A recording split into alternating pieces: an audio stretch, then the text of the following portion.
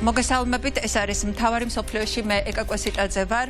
დღეს ძალიან მნიშვნელოვანი დღეა ისრაელისთვის, გათავისუფლებულია 24 მძევალი, აქედან 13 ისრაელის მოქალაქე, ბავშვები და ქალები, ისინი გუშინ წითელმა ჯვარმა ჩამოიყვანა ეგვიპტეში, რაფას კორიდორში, შემდეგ რაფას დერეფანთან და შემდეგ ისინი გადაიყვანეს რასაკვირველია ისრაელში, როგორც ვიცით, ბავშვებს დაახვედრეს სპეციალური პალატები, სადაც არ იქნება ისეთი ატმოსფერო, რომ ისინი საავადმყოფოში მოხვდნენ და ძალიან ბევრი ტრეინინგი გაიარეს იმ ადამიანებმა, ვისაც მოუწევთ შეკითხვების გაცემა ამ ბავშვებისთვის. ეს იყო ძალიან ემოციური კადრები, რაც ჩვენ გუშინ პირდაპირ ეთერში ვიხილეთ და მე მინდა ერთი ამბით დავიწყოთ, თქვენ ყველას გემახსოვრებათ აი ეს კაცი, რომელსაც ეხლა გაჩვენებთ კიდევ ერთხელ, იმიტომ რომ ძალიან ცნობილია ეს ინტერვიუ, რომელიც CNN-ზე გავიდა, ჩვენთანაც გავიდა და საოცრად ამაღელვებელი იყო მამის მონათხრობი თავის შვილზე, რომელსაც თავისი გოგონა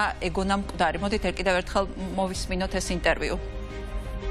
We found Emily. გვითხრეს რომ ემილი იპოვეს და ის მკვდარია. She's dead. And I went, yes! Yes! And smiled. გავიღიმე, რადგან ეს იყო საუკეთესო ახალი ამბავი, რისი გაგებად შემეძლო. The possibilities that I knew. She was either dead. მე ვოცნებობდი, რომ ის მკვდარი ყოფილიყო, ვიდრე ყოფილიყო ღაზაში. და თუ თქვენ იცით, რას უკეთებენ ადამიანებს ღაზაში, ეს სიკვდილზე უარესია. ეს სიკვდილზე უარესია. That is worse than death. So death. ამ შემთხვევაში სიკვდილი ნეტარებაა. An absolute blessing. ჩემთვის პირადად ეს ინტერვიუ იყო ყველაზე შემაძრწუნებელი, რაც გვინახავს და მე ჩვენ გვინახავს უამრავი ინტერვიუ გადაცებულების და ხეცურად მოკლული ადამიანების ოჯახის წევრებთან, მაგრამ ეს ინტერვიუ იყო შემზარავი თვალსაზრისით, რომ მამა ამბობს, რომ ჯობია მისი შვილი მკვდარი ყოფილიყო, ვიდრე ჰამასის ხელში ღაზაში. და მაშინ ფიქრობდი, რომ მართლაც, აი, როდესაც არ იცი, რომ შენი შვილი მკვდარია თუ ცოცხალია, შეიძლება თუ არა უკეთესი იყოს იმის ცოდნა, რომ მკვდარია, იმიტომ რომ აი წარმოდგენა იმის თუ რა დღეში შეიძლება იყოს შენი 8 წლის შვილი ჰამასის ხელში, შეიძლება გააუპატიურონ, შეიძლება ნებისმიერი რამე მოხდეს.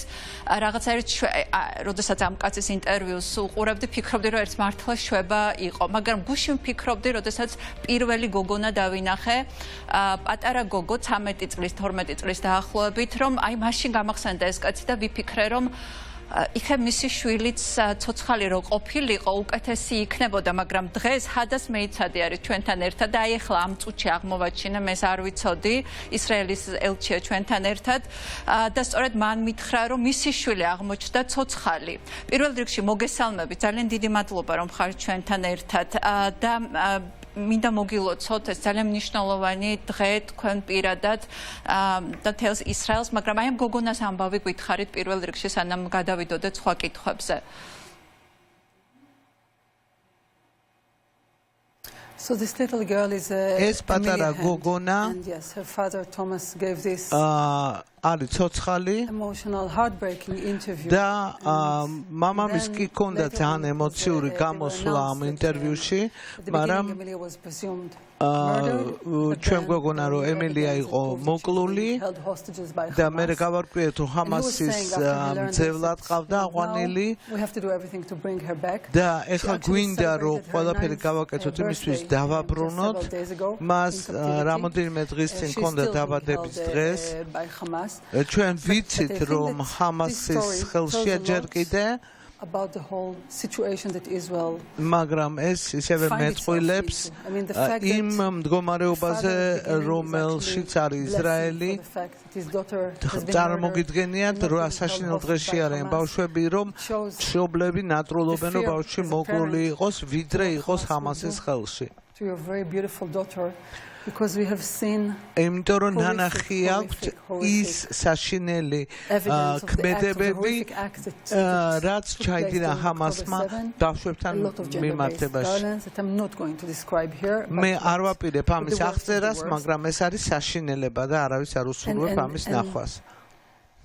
And even the fact that და თვითონ all ფაქტიც the identification process, I mean, to understand. ხადას მაპატიეთ ბავშვი ემილია ეხლა არის გათავისუფლებულ მძევლებს შორის თუ თქვენი ინფორმაციით თუ არა No, there was another განთავისუფლებული Emily that was released yesterday, but it's a different family. გუშინ იყო განთავისუფლებული ემილი, მაგრამ ეს სხვა გოგონაა. From one kibbutz, from ეს არის ხალხი ერთი კიბუციდან. Emilia Hand was kidnapped from Kfar Aza, which is a different kibbutz. სხვა კიბუციდან იყო გატაცებული ემილია. You're right, pretty much the same age. Yesterday she was 6 years old. ის გოგონა რომელიც გუშინ განთავისუფლეს დაახლოებით იგივეა ასაკის იყო და ეს არასოდეს არ უნდა დაემართოს პატარა ბავშვებს, არ უნდა განიცადონ ასეთი დრამა. But if I may, I want to say something მაგრამ მე მინდა ვითხრათ რაღაცა. Explaining what Hamas did on October 7. იმიტომ რომ ეს ახსნის რა გააკეთა ხამასმა. 12 years old. კიდე ერთი ბავშვი 12 წლის. მასზე ვიცოდეთ რომ დაკარგულია და მას ზრდნენ ბაბუა და ბებია. 4 weeks the family decided that კვირის მერე doing a funeral for her because they გადაწყვიტეს რომ იყო მოკლული და გადაეხადათ მისი but the reason it took so long is because დასაფლაება გასვენების ცერემონია და მე აღმოჩნდა რომ they burned them and they were so რომ ბებია და ბაბუაც დაწვეს ეს და ბავშვიც ეს საშინელებები რაც ხდება იქ და ჩვენ დაგვჭირდა 4 თუ 5 კვირა რომ მათი რამენაირი კვალი მოგვეძებნა for the last 7 weeks I mean as a society this ბოლო ეს 7 კვირის განმავლობაში the toll that I think that is taken from of course the victims but the Israeli society ძალიან რთულია რომ ყავს მსხვერპლი მაგრამ თვითონ საზოგადოებისთვის ეს ძალიან რთული განსაცდელია წარმოუდგენელია ეს 50 დღე როგორც ცხოვრობს ისრაელი რომელიც ელოდება რომელმაც გამოიარა წარმოუდგენელი სისასტიკე რომელიც ფაქტობრივად თითქოს წარსულს ჩაბარდა მაგრამ რომელმაც გააცოცხლა ჰოლოკოსტი და ყველაზე მძიმე პოგრომები რომელიც ებრაელ ხალხს გადაუტანია და ყველაზე მაგრამ დღეს მაინც სიხარულია ისრაელში იმიტომ რომ 13 ადამიანი დაბრუნდა თუმცა 13 ძევალი არაფერია იმ რაოდენობასთან შედარებით რაც ჯერ ისევ დარჩა ხაზაში ეს არის 200-ზე მეტი ძევალი და მოდით ახლა ვილაპარაკოთ პოლიტიკაზე გათავისუფლების სქემა ასეთია 13 ძევალი გაცვალა 39 პალესტინელ პატიმარში ისრაელმა და რამდენიმე დღით გამოაცხადა ცეცხლის შეწყვეტა. რას ველოდებით მომავალში? ანუ იგივე სქემით გათავისუფლდებიან დანარჩენი მძევლები თუ რა არის გეგმა?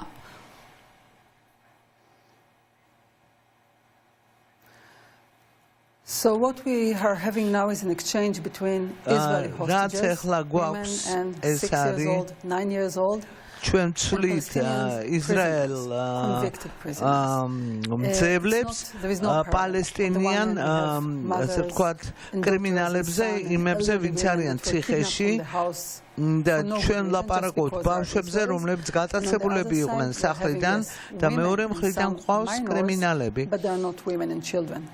რომლებიც არ არიან არც ბავშვები და არც ხალები რომლებიც იყვნენ ისრაელის ციხეებში იმისთვის რომ მონაწილეობას ღებულობდნენ ან თვითონ აწყობდნენ ტერორისტულ აქტებს ამათ შორის ჩვენ პარალელს ვერ გავავლებთ ჩვენი მოლაპარაკებაა რომ შემდგომი 4 დღეს იქნება შეჩერებული ბრძოლის საბრძოლო მოქმედებები და ჩვენ ვფიქრობთ რომ 50 ისრაელელ მძევალს გავანთავისუფლებთ ერთ-ერთი იყო ფილიპინელი ჩვენ ვფიქრობთ რომ გავცვალოთ ქალები და ბავშვები in exchange to Palestinian prisoners. Palestinian პატიმრებზე, რომლებიც არიან ისრაელის ციხეში.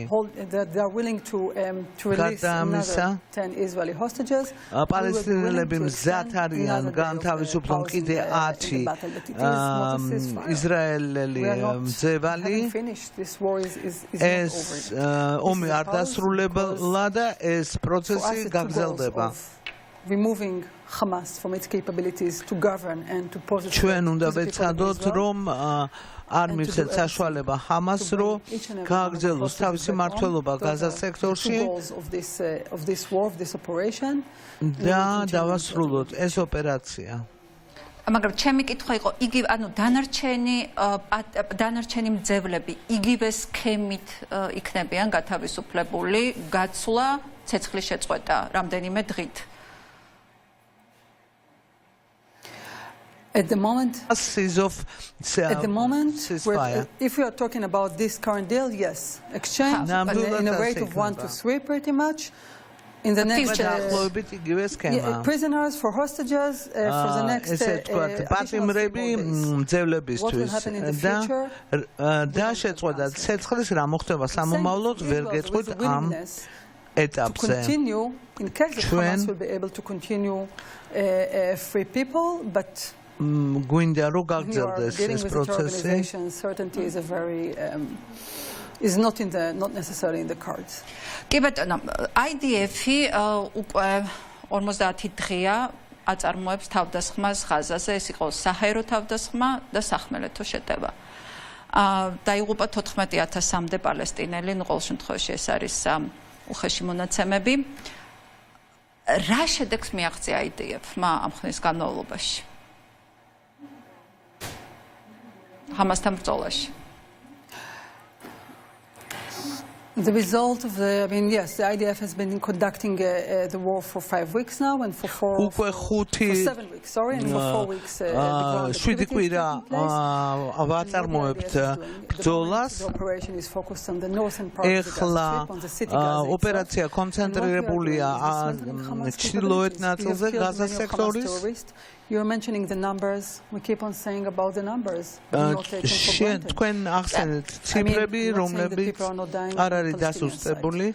But I am saying that they are declaring a number. ისინი აცხადებენ because the Ministry of Health in Gaza is Hamas. ციფრებს do not trust their numbers because it's a terror organization that have the motivation რომელიც ნამდვილად inflate the numbers in order for the world to არ არის რეალისტური, ესენი ცდილობენ რომ გაბერონ ეს ციფრები. I'm going with a number of 14,000. ეს 14,000 are Hamas combatant terrorists. ამ 14,000-დან თუმცა რომელიც გაბერილია რამდენი არის ჰამასის ტერორისტული ორგანიზაციის წევრი. ამიტომ the IDF has managed to start let's talk only about Shifa, the hospital. It was a known secret in Israel. აწარმოებს მშვიდობიან მოსახლეობაზე თავდასხმას, ჩვენ ლაპარაკობთ მხოლოდ ჰოსპიტალზე, Shifაზე. And by the way, I think that Hamas was expecting us was hoping that Israel will go into Shifa in a way that they will be able to again cry out wolf and to have the world რომ ჩვენ თავს დავესხმევოდით ჰოსპიტალს და ასე ვთქვათ მივიტანდით შეტევას და მთელი მსოფლიო გაიგებდა როგორი სისხლიანია ისრაელი. პირიქით ჩვენ ვცდილობდით მიგვეწოდებინა ესე იგი დახმარება იქ მოთავსებულ ადამიანისთვის, მაგრამ ჩვენ ასევე იქ აღმოვაჩინეთ იარაღის სამალავი. ჩვენ იქ ვნახეთ ასევე ვნახეთ იქ იმის ასე ვთქვათ მტკიცებულება რომ რა მოხდა როგორ აპირებენ თავდასხმას და ასევე ჩვენ იქ აღმოვაჩინეთ კადრები რომელიც ასახავდა ჰამასის დანაშაულს. სხვადასხვა სახლებს შორის და სხვადასხვა სახლებში ჩვენ ესე იგი ვაწყდებით ჰამასის მიერ მოწყობილ ტუნელებს, რომელიც გამოყენებულია ჰამასის ტერორისტების და როგორც სამალავები. To say it very clearly, to fight with the terrorists and to determine. ძალიან ძნელია ტერორისტთან ბრძოლა და ასე ვთქვათ მოფრთხილება. კი, ეს არის ყველაზე დიდი დილემა, რაც ახლა ისრაელის წინაშეა დაიცვას სამოქალაქო პირები, მაგრამ გაანადგუროს ჰამასი. მოდით ვილაპარაკოთ ცეცხლის შეწყვეტას როგორ გამოიყენებს ჰამასი, იმიტომ რომ შეიძლება რასაკვირველია ეს იქნება შემსუბუქება იმ ჰუმანიტარული ჯოჯოხეთის, რომელიც არის ღაზაში, მაგრამ მეორეს მხრივ ელოდებით თუ არა, რომ ამ 3-4 დღეს ჰამასი გამოიყენებს გადაჯგუფებისთვის, გადაიარაღებისთვის და ახალი შეტევა დაიწყება უფრო დიდი სიმძლავრით განახდება ეს საომარი მოქმედება. არის თუ არა ამის რისკი?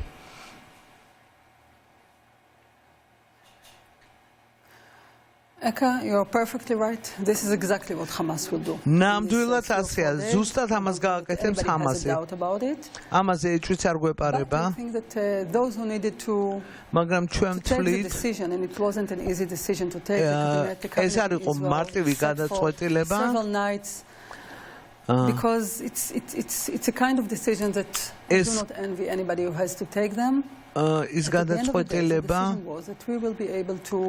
რომ ჩვენ შევძლებთ to manage, I think, the fact that Hamas will definitely will do its utmost to use this ამბის მოგვარებას და there is also more humanitarian supplies that is going into the Gaza Strip now, including fuel.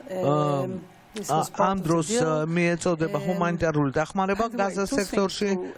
That is worth maybe noticing. One is all this humanitarian food and aid that is going into the strip. A lot of it is not being delivered or handed to the Palestinian population. ეს ჰუმანიტარული დახმარება საკვები იქნება თუ საწვავი მიდის ქუჩებში და არ ვარ დარწმუნებული რომ ეს მიეწოდება პალესტინელებს და სრულიად შესაძლებელია რომ ჰამას უხდება ხელში. They hanged 2 Palestinians in one of the main square in the city. თვითონ ჰამასმა ჩამოაღწია 2 პალესტინელი ქუჩაში. What happened yesterday is in Israel. რა მოხდა გუშინ ისრაელში? იყო ის რომ ისრაელში წიროდნენ სიხარულით, იმიტომ რომ ნახეს ის 13 ადამიანი განთავისუფლებული. Running into his father's arms. ჩვენ დავინახეთ პატარა ბავშვი, რომელიც გაიქცა მამამისის კენ, რომელიც გამოუშვეს ანუ მძევლობიდან და ეს ყველაფერი ძალიან გულისამაჩუყებელია, მაგრამ უნდა ვიფიქროთ იმაზე, ვინც დარჩა ჰამასის ხელში და უნდა ვიფიქროთ იმაზე, ვისაც თვითონ ჰამასი პალესტინელებს ჩამოახჩობს ქუჩაში, იმიტომ რომ რაღაცა დახმარება გამოიყენეს. ჰადა, სწორედ ეს მინდოდა მეკითხა. აი, როდესაც გამოუშვეს საპატიმროებიდან პალესტინელები, მათ შორის რამალაში იყო ზეიმი და ჰამასის დროშებიც ფრიალებდა. ანუ აქ დგება ყველაზე მნიშვნელოვანი კითხვა, რომ რამდენად შესაძლებელია ჰამასის განადგურება. ანუ მარტო სამხედრო ძალაზე არ არის ლაპარაკი, აქ არის ძალადობრივ იდეოლოგიაზე. ჩვენ არ ვიცით ჰამასის პოპულარობა არჩევნებში როგორი იყო, თუმცა ძნელი წარმოსადგენი ხა თავისუფალი არჩევნები ღაზაში, მაგრამ ალბათ თქვენ იცით Foreign Affairs-ში დაიბეჭდა ერთი კვირის წვათი დღის წინ გამოკითხვა ჩატარებული ღაზაში, რომლის მიხედვითაც ჰამასი არ არის პოპულარული ღაზაში, იმიტომ რომ ხალხი მიხვდა, რომ მათი ლიდერები, მათი შვილები ცხოვრობენ ყატარში ძალიან ბედნიერად და ძალიან მდიდრულად, მაშინ როდესაც ნახევარი ღაზაში მშილით იტანჯება, ნახევარზე მეტი, მოსახლეობის 50%-ზე მეტი და მაგრამ აი ეს სამხედრო ოპერაცია გააძლიერებს თუ არა იდეოლოგიურად ჰამას, როგორც დასავლეთ სანაპიროზე, ისევე ღაზას პალესტინელ მოსახლეობაში. აი ალბათ ხვდებით, რასაც ყველაზე დიდი სერიოზული დილემა, როგორ ებრძოლოთ ძალადობრივ რეჟიმს, რომ უფრო მეტი ძალადობა სურვილი არ გაჩნდეს ამ მოსახლეობაში.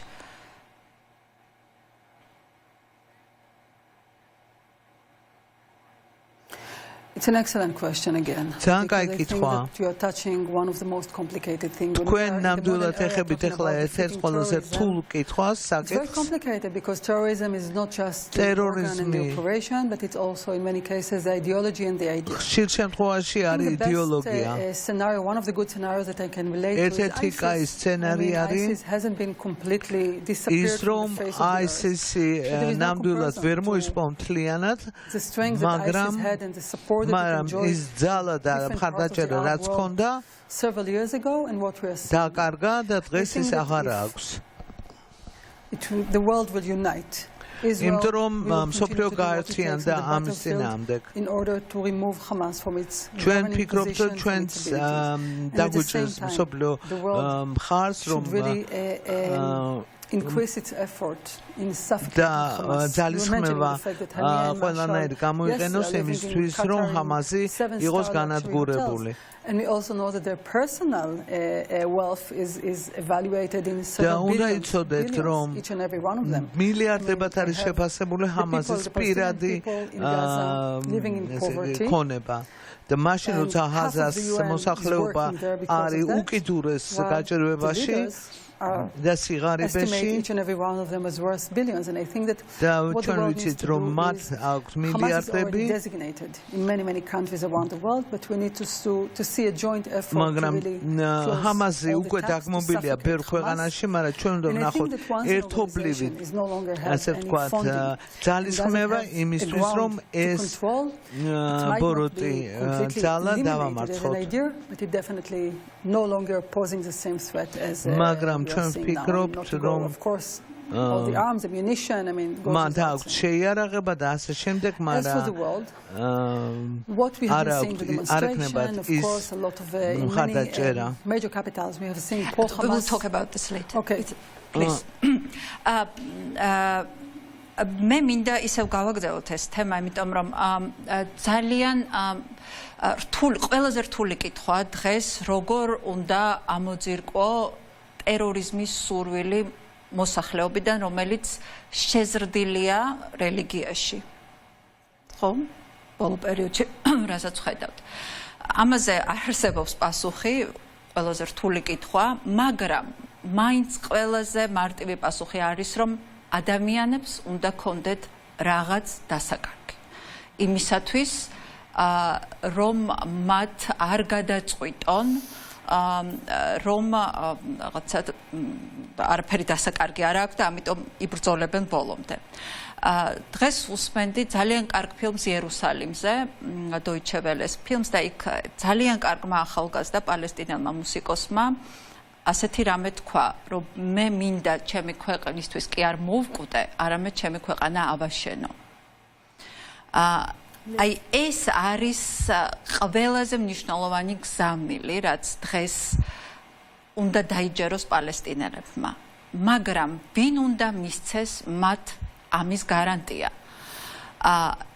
მოდით ვილაპარაკოთ იმ შეცდომებზე და იმ სამართლიან პრეტენზიებზე, რომელიც პალესტინელებს აქვთ. ისინი ცხოვრობენ უმძიმე სიტუაციაში, ღაზაში, ასევე დასავლეთ სანაპიროზე.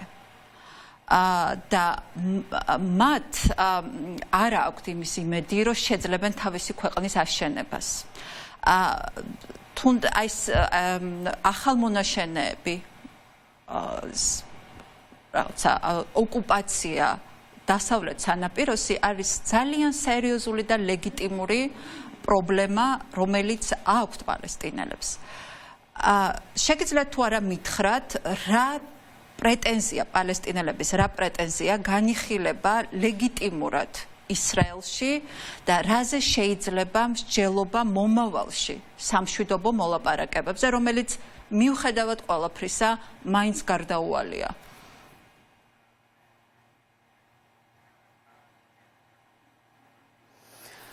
Thank you. მადლობა. There are a few aspects to my answer to this. აქ არის რამოდენიმე ასპექტი. I think that when we are talking about what happened on October 7, many people are focusing on what looks like a failure of our security perception of conception. ძალიან ბევრი ადამიანი აღიქვავს ამას, როგორც ჩვენი უსაფრთხოების სისტემის, ასე ვთქვათ, ჩავარდნას. project and development, humanitarian development project. ძალიან ბევრი პროექტი ჰქონდა ჰუმანიტარული განვითარების გაზას სექტორში. Working in Israel on a daily or weekly basis. ძალიან ყოველდღიური მუშაობა მიდიოდა ამ მიმართულებით. ჩვენ ვცდილობდით სიტუაციის გაუმჯობესებას, იმისთვის რომ სიტუაცია გამხდარიყო უფრო სტაბილური. გაზას სექტორში მოდით განვასხვაოთ დასავლეთ სანაპირო და გაზას სექტორი. ის იყო ესე ვთქვათ დაპყრობილი ძალადობით 2005 წელს როცა ჩავთვალეთ რომ არ უნდა ჩართულიყავით ამ ამბავში ჰამასმა დაიპყრო ეს ყველაფერი და მიუხედავად ამ მუდმივი დილემისა to elevate the life for the Palestinian people, but without this უნდა ჩვენ ყოველთვის ვცდილობდით რომ გაგვენჯობისებინა პირობები პალესტინელი მოსახლეობის ჩვენ ვაწვდით ყველანაირ დახმარებას და რა მივიღეთ ამის შედეგად When we are talking about როცა ვლაპარაკობთ პალესტინელებზე რასაც თქვენ ამბობთ ძალიან მნიშვნელოვანია because our bitter experience is that whenever the Palestinians were suggested with a მაგრამ ჩვენი დამწარე გამოცდილებით რამდენჯერად შესთავაზეს ისრაელის მხარემ შესთავაზა მათ მოლაპარაკება და სიტუაციის დალაგება ისინი უფრო ამწოვებენ სიტუაციას respond with Israel accepting it and the Palestinian together with the Arab palestinelები და ზოგიერთი არაბული ქვეყანა It continues throughout the history and then we are ასე ვთქვათ არ არიან მონდომებულები რომ სიტუაცია ადგილზე გაუმჯობესდეს But it's Clinton, the American president, who was present in the 2000 Camp David, that every time that Arafat and Abu Mazen, every time that Arafat and later on Abu Mazen had the option, they chose the opposite. რომ გამოესწორებინა სიტუაცია იყო მოლაპარაკებები, მაგრამ ყოველთვის როცა იყო შანსი, მეორე მხარე ირჩევდა დაძაბვას და სიტუაციის გამწვავებას. Palestinians that were participating in acts of terror, but they need to see a strong leadership. პალესტინელები ყოველთვის მონაწილეობას ღებულობდნენ ტერორისტულ აქტში, მაგრამ ეხლა ცოტა სხვანაირად ამ მდგომარეობა სულ ცდილობდნენ პალესტინელებისთვის იმის დამტკიცებას, რომ ისრაელი არის ეშმაკი და ასე ვთქვათ სიბოროტე მაგრამ ნუ ყველანაირად უნდა ვეცადოთ რომ სიტუაცია განმოხდოთ. ჩვენ შევეხებით სამშვიდობო მოლაპარაკებას, მაგრამ მანამდე რადგან შევეხეთ ღაზას და მაყურებელს უბრალოდ მინდა აუხსნა, რომ ღაზას სექტორიდან 2005 წელს გავიდა ისრაელი მისი სრული დეოკუპაცია განახორციელა, გამოიყვანა თავისი მოსახლეები იქიდან დაახლოებით 80,000 ადამიანი და ჰამასი მოიგო იქ არჩევნები, რის შემდეგაც პალესტინის განმათავისუფლებელი ძალა PA გადავიდა შემდეგ დასავლეთ ბანკში და იქ ეხა ფაქტობრივად ღაზას ის ვერ აკონტროლებდა ვერანაირად და ძალიან დაძაბული სიტუაციაა ჰამასსა და ამ პარტიას შორის და ამიტომ ეხა კითხვა მაქვს ჰადას სწორედ ღაზის დეოკუპაციასთან დაკავშირებით, როდესაც ჩვენ ვლაპარაკობთ ღაზის მომავალზე ამ ომის შემდეგ. არ ვიცი ალბათ დისკუსია იქეთკენ იხრება ისრაელში, რომ დეოკუპაცია 2005 წელს არ იყო სწორი ნაბიჯი, იმიტომ რომ სწორედ ამის შემდეგ მოახერხა იქ ჰამასმა ძალაუფლების მოპოვება, გამტკიცება და მთლიანად მძევლად აყვანა ფაქტობრივად იქაური მოსახლეობის. რა იქნება ღაზის მომავალი ამ შეცდომის გათვალისწინებით მოხდება ისე ოკუპაცია თუ თქვათ არაბული ქვეყნების დახმარებას ითხოვთ ეგვიპტე, საუდის არაბეთი, საერთაშორისო ძალები გაეროს დროშის ქვეშ რაზე არის ახლა დისკუსია რა იქნება ღაზაში ჰამასის განადგურების შემდეგ რომელსაც იმედია მიაღწევს ისრაელის არმია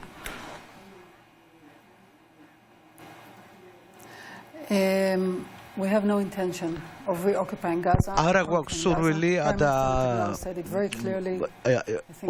ღაზას ოკუპაციის ჩვენ იქ ვართ იმისთვის რომ ჰამასი მოვაშოროთ ექაურობას მაგრამ ოკუპაციის სურვილი და განზრახვა არა გვაქვს ძალიან ბევრი ოჯახი აპირებს იქ დაბრუნებას მე ამ თურქში ამაზე პასუხი არ მაქვს მე ვიცი მხოლოდ რომ ჰამასის გარეშე გაზას სექტორი ბევრად უკეთესად იგრძნობს თავს ვინ იქნება სათავეში და თქვენ მკითხეთ რომ იქნება თუ არა საერთაშორისო ვთქვათ მონაწილეობა ვერ გეტყვით ამ ეტაპზე ეს ჩვენ ვიცით რომ სამშვიდობო ოპერაცია ძალიან რთულია 2006-დან ჩვენ ხედავთ რომ როცა მეორე ლევანური ომის ბოლო მოხდა იმ დროიდან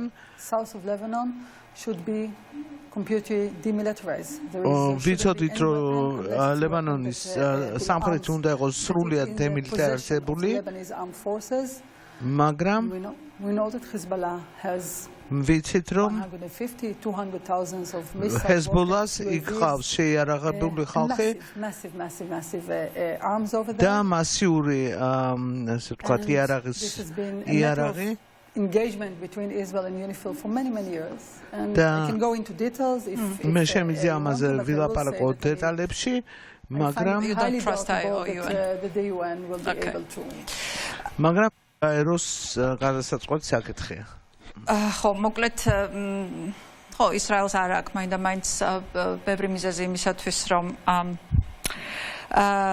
გაეროსი სჯეროდეს მოდით ვილაპარაკოთ არაბულ სამყაროზე და აბრაამის შეთანხმებაზე რომელიც ძალიან მნიშვნელოვანი იყო ისრაელისთვის და ეს იყო წინაპირობა რომ რეგიონში სიტუაცია მთლიანად შეცვლილიყო და დღეს არ არსებობს განსხვავებული აზრი იმასთან დაკავშირებით თუ რა იყო მთავარი მიზანი ჰამასის ამ 7 ოქტომბრის თავდასხმის ამ რაღაცა ბარბაროსული თავდასხმის რომ მას ისეთი რეაქცია გამოეწვია ისრაელის ხელისუფლების რომ ამას მოყოლოდა ის რაც მოყვა ამას მოყოლოდა პროტესტი არაბულ სამყაროში და შესაბამისად საუდის არაბეთთან ამ ძალიან მნიშვნელოვანი ხელშეკრულების ჩაშლა რომლის შესახებაც 2 კვირით ადრე გაეროში განაცხადა ნათანიაჰუმ რომ უკვე ყველაფერი მიდის იქეთკენ რომ დაიწყება ძალიან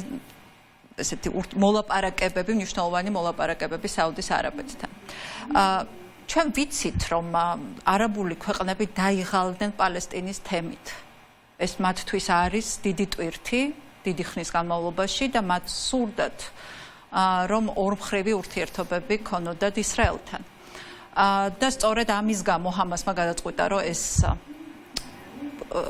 მოლაპარაკებები ჩაეშალა დღეს შეგვიძლია თუ არა ვთქვათ რომ მოლაპარაკებები ჩაშლილია აბრაამის ხელშეკრულება აღარ იმუშავებს და საუდის არაბეთთან უახლოეს მომავალში დაგეგმილი მოლაპარაკებები ვეღარ შედგება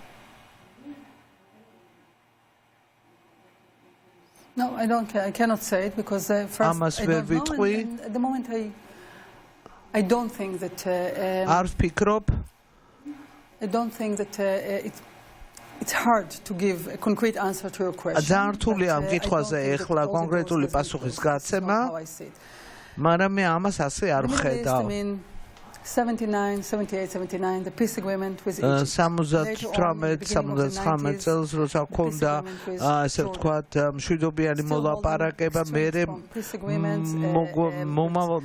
მოგვიანებითაც ჰქონდა მშვიდობიანი მოლაპარაკებები 3 წლის წინ ჩვენ ჰქონდა გაერთიანებულ ემირატებთან მშვიდობიანი მოლაპარაკება. And this was another leg of changing the paradigm, as you said. ეს ასევე იყო ერთ-ერთი კიდევ ერთი ნაბიჯი გადადგმული იმისკენ, რომ პარადიგმა შეგვეცვალა რეგიონში. ჩვენ ყველა ამით ძალიან ბევრს მოვიგებთ. და ჩვენ ნახეთ, რომ ეს ყველაფერი ამას მოაქვს შედეგი. რომელიც შეიძლება მოსახლეობისთვის არ არის ესეთი ნათელი, მაგრამ ჩვენ ხედავთ, რომ ძალიან ბევრი ადამიანი უფრო ჩართული არის, ვთქვათ, ვაჭრობაში, მოლაპარაკებებში, ურთიერთობებში.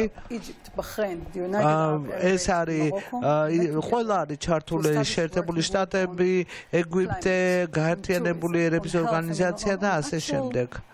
Things that matter to the average citizen in all of our ძალიან მნიშვნელოვანი ჩვეულებრივი მოსახლეობისთვის ეს არის ურთიერთობების აწყობა და განვითარება.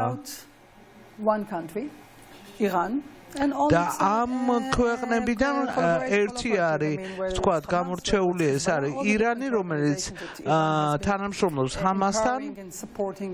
ეს უჭერს მხარს ამ სიტუაციას აღმოსავლეთში.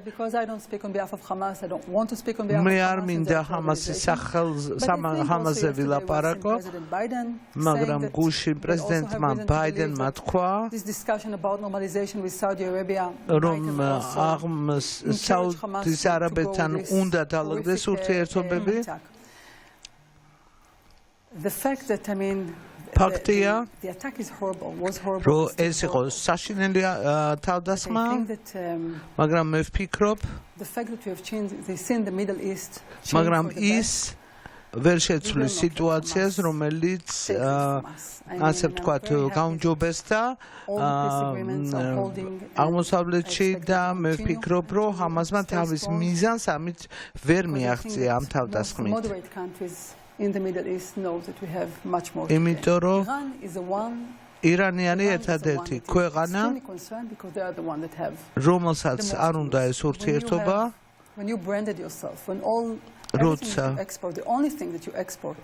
როცა ერთადერთი რაღაცა, რასაც გაგაქვს ექსპორტზე არის ტერორიზმი, მაშინ ამ ტერორიზმის მოსპობა არ არის შენს ინტერესებში. როდესაც ვლაპარაკობთ ჩვენ არაბეთის არაბული სამყაროს ლიდერებზე, მათ შორის კრაუნპრინცესა საუდის არაბეთის, რომელსაც ჰქონდა დიდი სურვილი, რომ გაევითარებინოს ურთიერთობები, მათ შორის ტურისტული, მანამდე ტურიზმის მინისტრი იყო ჩასული ისრაელის საუდის არაბეთში, მაგრამ გადაწონის და ეხლა შეიძლება ითქვას, რომ ვთქვათ, უფრო რადიკალური პოზიციით გამოირჩევა თურქეთის პრეზიდენტი ერდოგანი, ვიდრე ვთქვათ არაბული სამყაროს ლიდერები, ხო? თუ მე სწორად მახსოვს ისრაელთან მიმართებაში განცხადებების დონეზე. მაგრამ თვითონ პალესტინელების მიმართ მხარდაჭერა ხალხში არის იმდენად დიდი, მოუწევთ თუ არა ანგარიშის გაწევა ხალხის განწყობებისთვის ანგარიშის გაწევა თუნდაც ავტორიტარულ რეჟიმებს. იმიტომ რომ ეს არის აბსოლუტური უმრავლესობა მოსახლეობის არის პალესტინის მხარეს. და ამ განწყობების მძევლები ხო არ აღმოჩნდებიან არაბული სახელმწიფოს ავტორიტარი ლიდერები.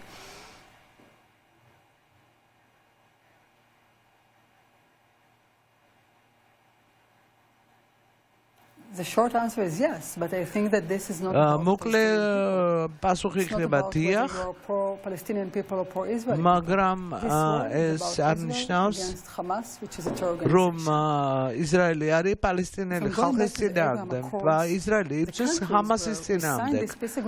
და სახელმწიფოებმა, რომლებმაც მოაწერეს მშვიდობიანი ხელშეკრულება, მათ ჰქონდათ ძალიან ბევრი განხილვა სხვადასხვა საკითხების და ლაპარაკი არის ისრაელის და იორდანიის ურთიერთობებზე, მაგრამ იქ არის საკითხები. ძალიან ხშირად ჩვენ გვაქვს დიდი მხარდაჭერა იმ ქვეყნებიდან, ვისთანაც ხელი მოვაწერეთ ამ მშვიდობიან ხელშეკრულებებს, მაგრამ უნდა განვასხვავოთ პალესტინელი ხალხი და ჰამასის რეჟიმი. I'm not saying that we are saying it. I mean, this is not we are saying it in Iran, of course. We are saying it by Hezbollah, of course. ამას ჩვენ საგვირველია ირანში და ჰეზბოლას ვერ ვეუბნებით, მაგრამ ყველა უფრო ეს არ არის შავი ან თეთრი. ეს არის ლაპარაკი აქ არის ისრაელის მთავრობის და სახელმწიფოს ომზე ჰამასის წინააღმდეგ და არა პალესტინიანი ხალხის წინააღმდეგ. მე ჩვენ აუცილებლად ვერაპარაკებს ანტისემიტიზმზე და პროპალესტინურ განწყობებზე დასავლეთში და განსაკუთრებით ახალგაზრდებში. TikTok-ის ძალიან ანტისემიტურ ტრენდზე, რაც ძალიან საგანგაშოა, მაგრამ მანამდე მინდა ველაპარაკოთ ისევ შვიდობის პერსპექტივაზე. ძალიან საინტერესოა, რომ იომ ქიფურის ომმა 73 წელს ფაქტობრივად გახსნა გზა კემპ დევიდის მოლაპარაკებებისკენ და ამის შემდეგ ისრაელმა მოახერხა სამშვიდობო ხელშეკრულების დადება თავის ყველაზე დიდ მტერთან, ეგვიპტესთან და ეგვიპტის პრეზიდენტი ამას შეეწირა. მაგრამ ამით დამთავრდა ისრაელსა და ეგვიპტეს შორის ბრძოლები და ასე დამთავრდა პირველი დიდი ისრაელ-არაბული ომის პირველი დიდი ფაზა. ანუ იმის თქმა მინდა, რომ შესაძლოა ომი იყოს ასევე შანსი იმისთვის, რომ სამშვიდობო მოლაპარაკებებს არ უჩანდეს ალტერნატივა. და ეს ყველაზე კარგად იცოდა იცხაკ რაბინმა, რომელიც იყო 6 დღიანი ომის გმირი, მაგრამ მან თქვა, რომ არ არსებობს გამოსავალი სამშვიდობო მოლაპარაკებების გარეშე და თქვენი ნახსენები ოსლოს ხელშეკრულება დაიდო მაშინ იასერ არაფატსა და რაბინს შორის ბილ კლინტონის მონაწილეობით, რომლის გამოც მიიღეს ნობელის პრემია და მაშინ სამშვიდობო მოლაპარაკებებს ისრაელში ჰქონდა დიდი მხარდაჭერა. მაგრამ ორივე მხარემ ჩაშალა ეს ერთის მხრივ რაბინის მოკლით და ის მოკლა ებრაელმა რადიკალმა, რომელიც ეწინააღმდეგებოდა სამშვიდობო გეგმას და შემდეგ უკვე ტერორიზმის ტალღები, რომელიც დაიწყო ისრაელში, ხო? და ამან მოიყვანა მემარჯვენე პარტიები. ანუ ეს ორივე მხარეს არის ძალები, რომელთაც არ უნდათ მშვიდობა. აი ეხლა გაჩნდება თუ არა შანსი, რომ ისრაელში დაიწყოს სამშვიდობო მოლაპარაკებებისკენ მოხმობა პოლიტიკური პარტიების.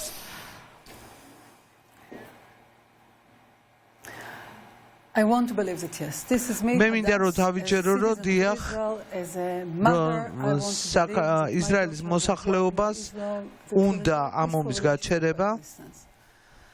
But if I'm being extremely frank with you, მე ვიქნები თქვენთან გულახდილი. ეს საშინელი თავდასხმის მერე ძალიან ბევრი ძევალი ყავთ აყვანილი. თქვენ ამბობთ, რომ ამ ყველაფერმა უნდა რაღაცა კაი შედეგი გამოიტანოთ და სამომავლოდ ითარგმნოს რაღაცა დადებითი შედეგში. მაგრამ უნდა იცოდეთ, რომ ძალიან ბევრ ადამიანს დაესხნენ თავს. The last bastion of leftism. ხო და ესენი But Vivian Silver was a well-known peace activist and she was brought to ჩვენ ვიცით Vivian Silver's აქტივისტზე, რომელიც ეხმარებოდა პალესტინიანებს. And there is among many of them. მოკლეს. How can you not understand them? I mean, და როგორ შეიძლება რომ მათ არ გაუგო? Executing their babies. ისინი შედიოდნენ მათ სახლებში, კლავდნენ მათ ბავშვებს. ძალიან რთულია ამაზე ახლა ლაპარაკი, ძალიან რთულია. ამაზე დასკვნების გამოტანა. 1973 წლის ომმა მოიტანა რაღაცა დადებითი შედეგი. ჩვენ ვიცოდით. I want to believe that from all this დავიჯერო რომ საბოლოოდ რაღაცა დადებითი შედეგს მიღწევას მოვახერხებთ. Israel exists. Israel is here to stay. There is no longer from the უნდა ვიცოდეთ, რომ ისრაელი არსებობს და ისრაელი უნდა დარჩეს იქ, სადაც არის. And it's not going anywhere. და არცად არ წავა ამ რეგიონიდან. ხო, თქვენ ახსენეთ დინარიდან ზღვამდე. და ეს ლოზუნგი ძალიან პოპულარულია პროპალესტინური აქციების დროს და ამ სიმღერას მღერიან ბევრ ამერიკულ უნივერსიტეტებში, ყველაზე ცნობილ უნივერსიტეტებში.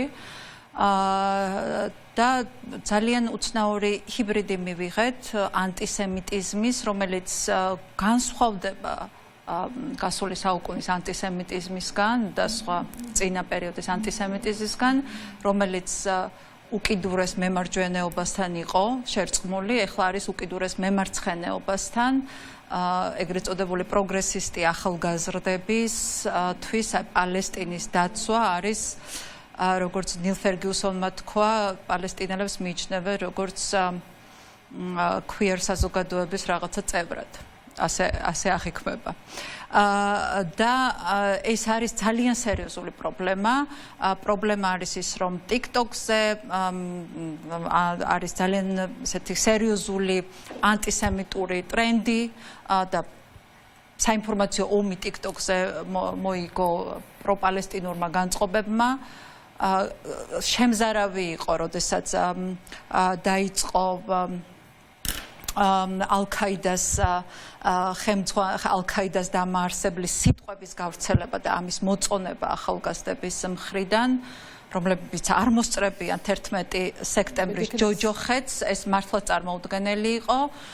ასევე სხვა სოციალურ მედიაში, Twitter-ზეც კი თვითონ მისი ახალი მფლობელი მასკი დადანაშაულებულია ანტისემიტიზმში, ანტისემიტურ განცხადებებში. რამდენად შეშფოთებული ხართ ამ ახალგაზრდობაში ამ ტრენდით? თაობების მიხედვით არის გაყოფილი, ახალი თაობა უჭერს ხალხს პალესტინას, ძველი თაობა უჭერს მხარს ისრაელს. რა არის მიზეზი და როგორ ფიქრობთ ამას, რომ გაუმკლავდეთ?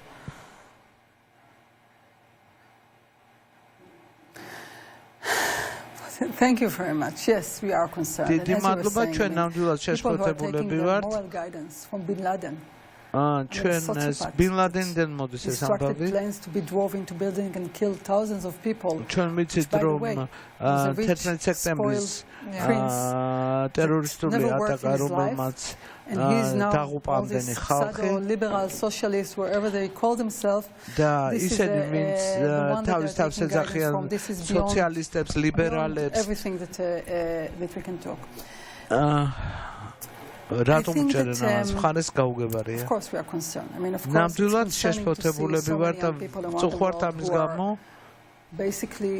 looking into one of the most complicated situations in ჩვენ such a გვაქვს simple ძალიან manner. რთული And there are so სიტუაცია many layers to it. I mean, და ამას ასე მარტივად უყურებენ. denying the fact that Hamas actually და did ამით all ისინი this brutality on უარყოფენ October 7th. აი იმ უბედურებებს და საშინელებებს რაც ჰამასმა ჩაიტანა 7 And then we have ოქტომბერს. this layer of disinformation. I mean, that they've been taught that this story that the Palestinians are the indigenous people and Israel is the colonist power. ეს ამბავი რომ პალესტინელები არიან მსხვერპლი და ისრაელები არიან თავდასხმელები, ეს არის პროპაგანდის ნაწილი.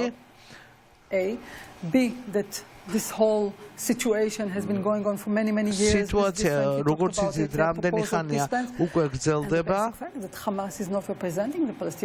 და კიდევ ერთხელ უნდა გაუსვათ ხაზი იმას რომ ხამასი არ წარმოადგენს პალესტინელ ხალხს. ეს შეიძლება იყოს LGBTQ-ს წარმომადგენლები და მაგათაც ერჩეს ხამასი. ეს არის ყველაფერი აბსურდი, რომელსაც თქვათ იყენებენ პროპაგანდისთვის. I hope that what we will see, and some of it we're already starting to see in some of the campuses, is first understanding that we have here a problem. მეტ გაგებას დავინახავთ უნივერსიტეტებში და აი ამის კვალი უკვე ჩანს, ამის ნიშნები. In many of the campuses we have seen violence. We have seen extremely violent მაგრამ ბევრ თქვათ საერთოდ ცხოვრებელში ან უნივერსიტეტების ტერიტორიაზე ჩვენ უკვე ვნახეთ ასე ვთქვათ სისტემატიკის გამოვლენა. We have seen in many countries that there are starting some of them already now. Some are talking about banning Hamas Hamas's აკრძალვაზე and to support Hamas the same way. და დავინახეთ ჰამასის მხარდაჭერა დაჟადია და აკრძალულია. So yes, it's concerning, and yes, I want to hope that we will start seeing და მე მინდა რომ ვიმედოვნო რომ ეს მიდგომა შეიცვლება. All over the world top and 2 billion Muslim people that many ჩვენ of ვიცით them რომ ძალიან ბევრი მუსლიმი არის მოსახლეობა არსებობს მსოფლიოში და მათ მთელი ცხოვრება ასწავლიან რომ ესე იგი არასწორი ინფორმაციას აწვდიან და ეს არის პრობლემა. ჩვენ ვთხოვთ საერთაშორისო საზოგადოებას რომ შეაჩეროს ეს ანტისემიტიზმი. Whether it's the new anti-Semitism, ეს არის ახალი ტიპის ანტისემიტიზმი, რომელიც მოდის უკიდურეს მემარცხენეებისგან. Self-determination or states where in fact they are denying Israel's right to exist. რომ ამით ეს ადამიანები და ქვეყნები ისრაელს არ აძლევენ საშუალებას და აკარგინებენ საშუალებას რომ იარსებოს. თუ თქვენ ხართ having one country in the world to exist, ამით თქვენ დგავთ კითხვის ნიშნის ქვეშ ისრაელის როგორც სახელმწიფოს არსებობის ლეგიტიმურობის საკითხს. Hadas Mtavari, thank you very much for being with us. Thank you. ეს იყო ისრაელის ელჩის ძალიან საინტერესო საუბარი. ჩვენ რამდენიმე წუთში დავბრუნდებით გიორგი ლოლაძესთან ერთად, რომელიც ისრაელის ალბათ საუკეთესო მცოდნეა საქართველოში და მასთან ერთად მიმოვიხილავთ სწორედ იმ მნიშვნელოვან ამბებს, რაც ბოლო 2 დღის განმავლობაში ხდება ძევლების გათავისუფლებას. ნაწილის შესაძლებლობაზე.